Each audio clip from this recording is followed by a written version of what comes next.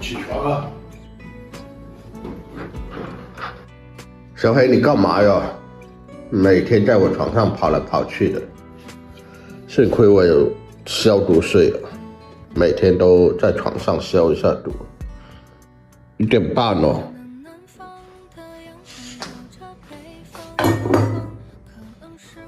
这是山药，买了很久都没有包啊。还有2个皮蛋，1个鸡蛋。锅里啥都没有。算了，去外面吃饭吧。外面出太阳了，阳光很充足啊。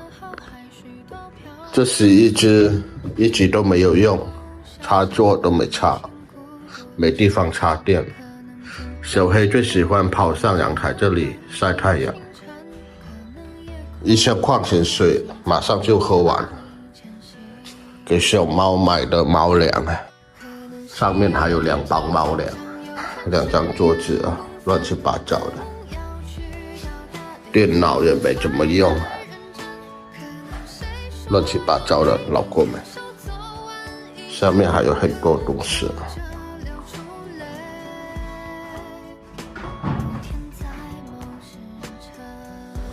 阳光特别的充足。看到这个水泥啊，想当初搬了1天挣了180。这家店铺倒闭了。这几年大环境不好啊，不要说叫我拿5000块了，现在你叫我拿300块我都没有。老哥们发现这里有一家卖烤鸭的，看里面有没有鸭架子卖啊，很便宜的，几块钱一个。老板，你们这里有没有鸭架子卖啊？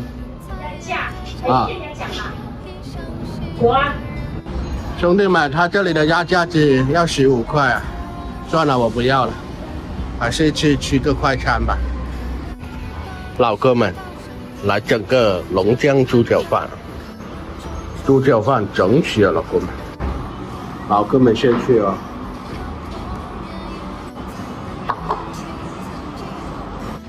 好纠结啊，马上就9月份了，像我这种大年纪的老大叔啊，进厂都没什么工厂要了，钱也挣不到，太难了。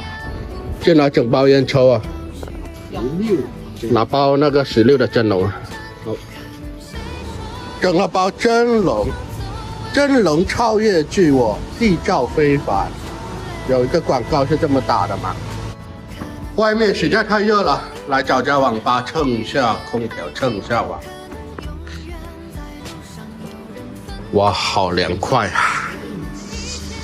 好多人在上网。那么多人啊！